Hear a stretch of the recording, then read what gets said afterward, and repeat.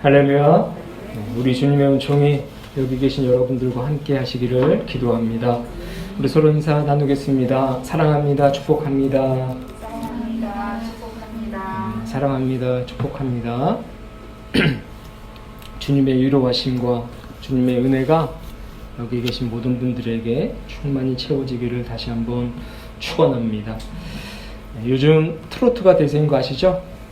TV를 봐도 TV 광고를 봐도 트로트 관련된 연예인들이 나와서 광고를 찍고 또 오디션을 본다든가 하는 여러 가지 트로트 관련 프로그램이 많은 것을 볼 수가 있습니다. 트로트가 과거에는 중장년 이상, 특히 노년층을 대상으로 하는 그들만의 고유한 음악의 장르였다면 요즘은 어린아이들뿐만 아니라 젊은 청년들까지 다양한 연령층이 이 트로트를 좋아하는 듯 보입니다. 왜 좋아하는 건가 곰곰이 생각해 보니까 일단 가사가 재밌더라고요. 가사가 아주 재미있는 가사들이 많이 있습니다. 또 한 가지는 이제 키가 높지 않아요. 다른 어떤 발라드나 여러 댄스곡들과는 달리 높지 않는 키 때문인 것 같다는 생각이 들었고, 또 한 가지는 부담 없이 따라 부를 수 있는 아주 쉬운 노래라는 것입니다. 특별히 우리나라 사람들의 정서와도 좀 맥이 다 있어서 그런지 누구나 다 쉽게 따라 부를 수 있는 그런 노래들이더라고요. 설교 제목이 취소되지 않는 하나님의 사랑이어서 혹시 예와 같은 것을 얻을 수 없을까 하고 이제 트로트라는 이 관련된 단어를 이제 검색해 봤더니만 정원수라는 가수가 부른 사랑의 유통기한이라는 노래가 있더라고요. 집사님 혹시 아시나요? 모르시죠? 사랑의 유통기한이라는 그런 제목이 있어요. 한번 들어봤는데 굉장히 신나더라고요, 노래가. 아마 많은 사람들이 좋아할 듯한 그런 노래인데 아주 가사가 재밌습니다. 사랑의 유통기한이 있는지 식약청 보건복지부에 물어보아도 쓸데없는 전화하지 말라고 합디다 라는 그런 제목이 있어요. 가사가 있어요. 그리고 경찰청 법무부에 물어도 그건 죄가 안 된다 라는 그런 가사더라고요. 그러니까 한마디로 노년들의 사랑을 이제 노래하는 가사예요. 사랑의 유통기한이라는. 식약청 보건복지부에 물어봐도 뭐 그런 쓸데없는 전화를 하느냐, 마음껏 해라 이런 이야기겠죠. 유통기한이 없다라는 그런 내용인데 참 이 가사가 참 기발한 것 같습니다. 어떻게 또 이런 가사를 또 썼는지 참 대단하다는 생각이 들었어요. 오늘 본문에서도 보면 이 바울은요 사랑을 언급하고 있습니다. 그런데 이 사랑은 우리 인간들이 하는 그런 흔한 사랑이 아니라 특별히 하나님의 사랑을 지금 이야기하고 있습니다. 사랑의 유통기한이 있느냐, 하나님의 사랑의 유통기한이 있느냐라고 물어본다면 바울은 결코 없다라는 것이죠. 식약청 보건복지부에서 말한 것처럼 쓸데없는 소리 하지 말고 하나님의 사랑은 결코 변질되거나 한계가 있거나 취소되지 않는다라는 이야기를 지금 사도 바울은 하고 있다는 것입니다. 왜 하나님의 사랑은 취소되지 않는가? 여러 가지가 있죠. 성경은 그 하나님의 사랑이 취소되지 않고 유통기한이 없다는 그 여러 가지 증거들을 제시하고 있어요. 하나님은 사랑 그 자체이시잖아요. 그렇죠? 하나님은 사랑의 본성을 가지고 계시는 분입니다. 요한일서 4장 8절을 보면 요한은 이렇게 말합니다. 하나님은 사랑이시다. 하나님의 본성이 사랑이다. 사랑이 하나님이고 하나님이 사랑이시다 라고 이야기를 하고 있고, 하나님의 성품 가운데에서 여러 가지 다양한 성품이 있지만 그 중에 제일 되는 성품이 바로 사랑이다 라고 이야기를 하고 있습니다. 시그니처가 사랑이라는 것입니다. 요한일서 4장 7절, 사랑은 하나님께 속하였다 라고 지금 이야기를 하고 있어요. 그리고 사랑은 하나님의 사역이시죠. 하나님이 하시는 모든 사역이 다 사랑입니다. 사랑이 담겨있는 그런 일들을 하고 계신다는 것입니다. 요한일서 4장 19절을 보면 그가 먼저 우리를 사랑하셨습니다 라고 이야기하고 있는데, 하나님의 행위 자체가, 사역 자체가 우리를 사랑하시는 것이기 때문에 취소가 되지 않는 그런 이유가 되겠습니다. 그러나 바울은 오늘 본문을 통해서 이 외에 세 가지를 더 언급하고 있는데, 그것을 살펴보도록 하겠습니다. 첫째는 하나님은 공급하시는 분이기 때문입니다. 하나님은 거두시는 분이 아니라 끊임없이 공급하시는 분이라고 바울은 이야기하고 있습니다. 본문 29절 보면요, 철회되지 않는다라고 기록이 되어 있어요. 오늘 본문을 보면 하나님께서 주신 은혜와 선물의 부르심은 철회되지 않습니다 라고 기록되어 있습니다. 공동 번역본으로 보면 다시 거두어 가시지 않는다 이렇게 기록하고 있습니다. 우리 인간사에서 가장 치사한 것이 줬다 뺏는 거잖아요. 줬으면 준 걸로 끝이지 다시 뺏으면 그거만큼 기분 나쁜 게 없습니다. 근데 하나님은 우리 인간과는 달리 거둬 가시는 분이 아니라 공급하시는 분이라는 것을 사도 바울은 이야기하고 있습니다. 물론 하나님의 모든 사역이 사랑이지만 사랑이 여러 가지 다양한 방법으로 우리들에게 나타나잖아요. 마치 하나님이 우리에게 가장 중요한 것을 뺏어가시는 것처럼 그렇게 느낄 수가 있습니다. 그러나 그것은 우리의 생각일 뿐이지 하나님은 절대로 걷어가시는 분이 아니라는 것을 우리는 알아야 될 줄로 믿습니다. 여러분, 이스라엘 역사를 보면 하나님은요, 인간에게 필요한 것을 하나님의 때에 하나님의 방법으로 공급하신 것을 우리가 볼 수 있는데, 이스라엘 백성들이 광야에서 40년 동안 생활하면서 여러 가지 많은 공급을 얻었지 않습니까? 그런데 그 모든 공급이, 하나님의 베푸심이 아주 적절하고 그 상황과 그 장소와 그 사건에 아주 잘 들어맞는 것이었습니다. 낮에는 구름 기둥으로, 밤에는 불 기둥으로 그들을 보호하셨다고 했어요. 아주 낮에는 뜨거운 태양, 40도, 50도가 다 되는 그 뜨거운 태양 아래서 쉴 수 없는 곳이 없기 때문에 하나님은 자연을 움직이셔서 구름으로 그들을 보호하셨다고 그렇게 이야기하고 있습니다. 낮에 뜨거운 태양을 피할 수 있는 구름을 만드신 이가 하나님인 거예요. 아주 적절한 방법으로 하나님의 방식으로 공급하신 것입니다. 밤에는 불기둥으로 그들을 보호하셨다고 해요. 가보진 않았지만 사막 그 중동 지방의 밤은 아주 매우 춥다고 합니다. 낮과 밤이 전혀 다른 그런 기후 조건을 가지고 있는 그 지역이 바로 이 중동 지역이고, 이스라엘 백성들이 머물렀던 곳인데, 밤에는 불기둥으로 그들의 추위를 타지 않고, 그리고 야생 동물로부터 보호받을 수 있도록 하나님께서는 지켜주셨다는 겁니다. 먹을 것이 하나도 없는 그 광야에서 이스라엘 백성들은 하나님께서 공급하시는 만나와 또 메추라기를 통하여 생명을 유지할 수 있었고, 메마른 땅에서는 반석에서 물이 솟아나게 함으로써 이스라엘 백성들의 생명을 하나님께서 지켜주셨다는 것입니다. 하나님은 끊임없이 공급하셨던 분이세요.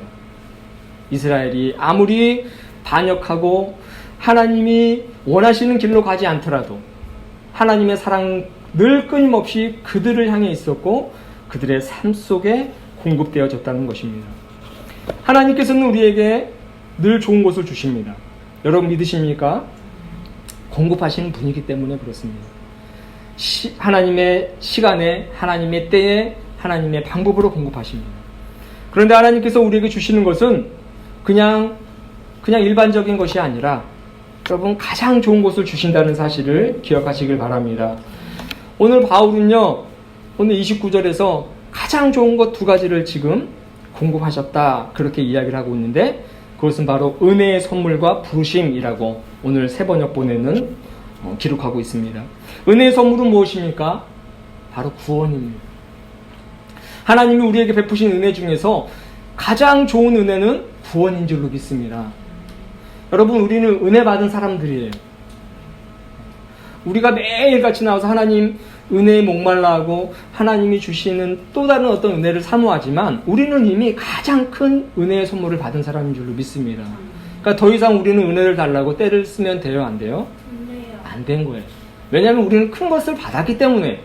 다만 우리가 그것을 인지하지 못하고 우리의 삶 속에서 아주 소소하게 일어나는 그런 어떤 감동과 감격, 또 도전을 자꾸 은혜라고 착각해서 그것을 우리가 지금 구하고 있는 것이지, 하나님의 가장 큰 은혜, 우리의 어떤 노력도, 우리의 어떤 지위도, 우리의 어떤 자격도 전혀 상관없는 전적인 하나님의 선물인 그 구원은 우리가 이미 받았다는 것을 여러분 기억하시기 바랍니다. 그 큰 것을 공급해 주셨어요. 바울은 이것을 택정함을 입었다라고 언급을 합니다. 택정, 하나님이 선택하시고 정하셨다, 도장을 꽉 찍었다라고 이야기를 하는 건데, 한번 하나님이 도장 찍은 것은 지워지지 않습니다. 바뀔 수가 없는 거예요. 결코 변하지 않고 하나님이 철회하지 않는다는 것을 바울은 오늘 이야기하고 있습니다. 두 번째는 부르심이라고 이야기를 하고 있어요. 하나님은 부르심을 공급해 주셨다라고 이야기하고 있습니다. 이 부르심은 콜링입니다. 콜링. 지난번에도 한번 말씀드린 적이 있는데, 이스라엘 백성들은 노예였습니다. 노예였던 그들을 하나님이 계약 맺으셨어요. 너희들은 이제부터 노예가 아니라 나의 자녀들이다, 나의 백성들이다, 나에게로 오라, 이렇게 콜링 하셨다라는 것입니다. 이스라엘 백성들을 그렇게 부르셨던 것처럼 여기 계신 여러분과 저 또한 그렇게 부르셨는 줄로 믿습니다. 백성 삼아 주셨을 뿐만 아니라 자녀 삼아 주셨어요.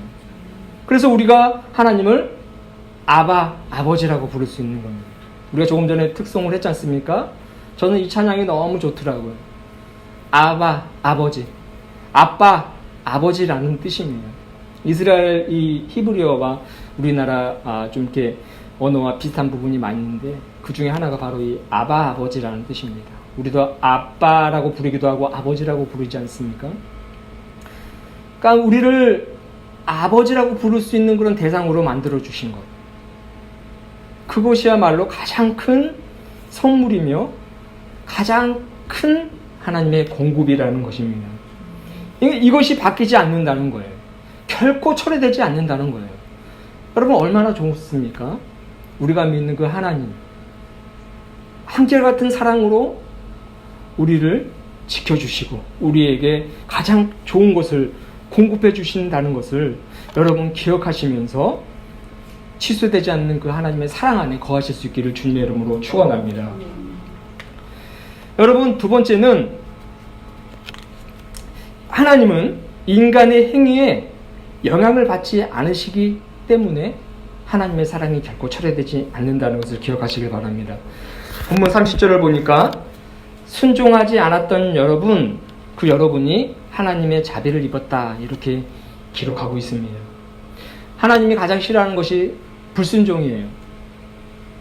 이사야서가 그것을 언급하고 있는데, 아무리 이스라엘 백성들이 하나님께 나와서 매일같이 번제를 드리고 또 감사제를 드리고 화목제를 드리고 여러 가지 많은 어떤 행위로 하나님께 제물을 바치며 제사를 드리지만 하나님은 그것을 기뻐하지 않으셨습니다. 무엇이었냐면, 왜 그러셨냐면 이스라엘 백성들이 불순종했기 때문입니다. 이사야서 1장을 통해서 하나님은 아주 처음부터 아주 적나라하게 이야기하고 있어요. 니들이 그렇게 온갖 예배를 다 나한테 하고 있지만 나는 너희들이 드리는 그 예배를 역겨워한다, 그렇게 말을 하고 있습니다. 그 이유가 무엇이냐면 불순종하기 때문이에요. 그런데 바울은 지금 불순종하지 않았던 그 이스라엘 백성들, 하나님이 예배를 받으시지도 않고 철회하셨던 그 이스라엘 백성들이 결국에는 하나님의 자비를 입었고, 바울과 함께 동시대를 살아가는 사람들 또한 역시 하나님께 불순종하고 있지만 하나님의 자비를 입고 있다고 그렇게 이야기를 하고 있습니다. 여러분, 우리 인간의 사랑은 어떻습니까? 인간은 사랑받을 짓을 해야지 사랑하는 사람들입니다. 그런 연약한 존재예요. 나를 힘들게 하고 나를 괴롭히고 나를 못살게 구는데 우리가 어떻게 사랑할 수 있습니까? 그것은 정말 우리가 솔직하게 오픈해 보면 그런 것 같아요. 나에게 사랑받을 그런 행위를 하는 사람들에게 더 마음이 가고 더 사랑하게 되는 것이지 않습니까? 그러나 하나님의 사랑은 그렇지 않다는 겁니다. 사랑받을 행위를 하는 자들은 더 사랑하시겠지만 사랑받은 받을 행위를 하지 않더라도 하나님은 사랑하신다는 것을 지금 이야기하고 있는 겁니다. 인간의 행위에 하나님의 사랑은 좌지우지 되지 않는다는 겁니다. 높으신 하나님이기 때문에 가능한 거예요. 우리 인간들은 피조물이지 않습니까? 작은 것 하나에도 요동하는 그런 나약한 존재입니다. 하나님은 크신 하나님이기 때문에 연약한 우리 피조물이 한 행위에 따라서 영향을 받지 않으신다는 것은 아주 당연한 것입니다. 바울의 신앙 철학을 보면 그는 분명합니다. 제 아무리 하나님께 불순종하더라도 그 불순종한 행위로 인해서 구원에서부터 제외되지 않는다라는 것을 이야기하고 있어요. 결코 행위로 구원 얻을 수 없다고 바울은 자신의 서신서에서 끊임없이 이야기하고 있습니다. 그도 그럴 것이 여러분, 바울의 삶을 우리가 잘 알지 않습니까? 바울이 어떤 행위를 하며 살았는지, 어떤 행동을 하면서 그가 삶을 살았는지를 우리는 잘 알고 있습니다. 바울의 삶이 증명해요. 자신의 행위로 결코 구원받을 수 없다는 것을 알고 있습니다. 바울은 스스로가 죄인 중에 괴수라는 그런 평가를 내렸던 사람입니다. 그리스도인들을 핍박했지 않습니까? 하나님을 믿는 사람들, 또 예수 그리스도를 구주로 고백하는 그런 사람들을 잡아다 옥에 가두고 그들을 고문하고 그들을 죽게 만드는 그 일에 앞장섰던 사람들입니다. 하나님의 사역을 한다고 말은 했지만 결과적으로 보면 하나님의 사역을 역행했어요. 왜냐하면 하나님을 믿는 자들을 괴롭혔기 때문에, 죽였기 때문에 그렇습니다. 바울의 삶이 결코 선한 삶이 아니었습니다. 그런데 어떻습니까? 바울은 하나님으로부터 택정함을 입었던 사람이지 않습니까? 구원은 결코 행위로 얻을 수 없음을 자신의 삶을 통해서 깨닫게 된 겁니다. 나 같은 사람도 하나님이 구원해 주셨는데 나보다 못한 사람이 있겠는가? 나를 보면 하나님의 사랑이 어떠한지를 알 수 있다. 바울의 고백인 겁니다.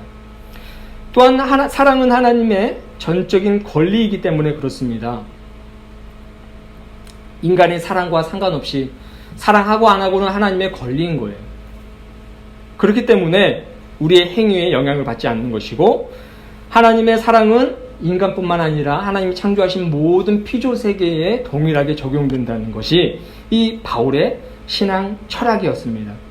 그렇기 때문에 여러분, 우리는 어느 정도 자유할 수 있는 거예요. 우리의 행위와는 상관없이 하나님은 끊임없이 우리를 향해 사랑을 쏟아부으시고 그 사랑을 거두지 않으신다는, 여러분, 그 사실이 있기 때문에 우리는 자유할 수 있는 것입니다. 이사야 1장 18절을 보면 너희 죄가 주홍 같을지라도 눈과 같이 희어질 것이다. 진홍같이 붉을지라도 양털같이 희게 된다. 하나님의 말씀입니다. 너희들이 아무리 죄가 많더라도 희고 깨끗해질 것이다 라는 것이 하나님의 고백인 겁니다. 행위로 본다면 우리 인간들 삶 속에 의인은 단 한 명도 없습니다. 저는 장담합니다. 이 세상을 살아가는 수많은 사람들이 있지만 우리의 행위로만 본다면 의인은 단 한 명도 없다. 우리의 행위로 구원 얻을 수 있는 사람은 있다 없다? 결코 없다라는 거예요. 모두가 죄에서 자유로울 수 없는 그런 죄 많은 인생들이라는 것입니다. 그렇기 때문에 인간의 연약함을 인정하고 그 인정함 속에서 자유함을 느끼되, 하나님이 우리를 구원하셨으니 우리는 그 하나님의 은혜에 보답하는 마음으로 조금 더 정결하고 성결하고 또 거룩하고 본이 되는 삶을 살도록 노력하는 것이 그리스도인의 삶이라는 것입니다. 그러니까 하나님의 사랑은 나의 행위에 결코 영향을 받지 않으시지만 그러한 나를 용서하시고 구원하셨기 때문에 보다 더 나은 삶을 살아야 되겠다라고 그렇게 다짐하고 살아가는 것이 우리의 삶이라는 거예요. 사랑하는 여러분, 되도록이면 순종하며 사시길 바랍니다. 하나님 말씀에 귀 기울이면서 하나님이 보시기에 선하고 아름다운 삶을 살아가시길 주님의 이름으로 축원합니다. 그러한 삶을 살아갈 때에 하나님은 자신이 우리의 행위와 상관없이 끊임없이 우리에게 사랑을 공급하신 그 하나님의 마음에 조금이라도 위로가 되며, 또 하나님 스스로도 또 뿌듯하다라는 그런 생각을 하시지 않을까, 그런 생각을 좀 감히 해보게 됩니다. 여러분, 마지막 세 번째로 하나님은 끝까지 기다리시는 분이시기 때문에 하나님의 사랑은 철회되지가 않는다는 것입니다. 본문 32절을 보면 그들에게 자비를 베푸시려는 것이다 라고 기록이 되어 있습니다. 개역개정을 보면요, 모든 사람에게 긍휼을 베푸려고 하심이다 라고 기록하고 있습니다. 모든 사람입니다. 모든 사람. 모든 사람. 이 지구상에 살아가고 있는 모든 사람들에게 하나님의 사랑은 열려 있고, 그 모든 사람이 하나님의 사랑하심을 깨닫게 될 때까지 우리 주님은 기다리고 계신다는 거예요. 끝까지 기다린다는 겁니다. 우리는 이미 구원을 받았는데 아직 구원을 받지 못한 사람, 그 사람들을 위해서 지금 기다리고 있다는 겁니다.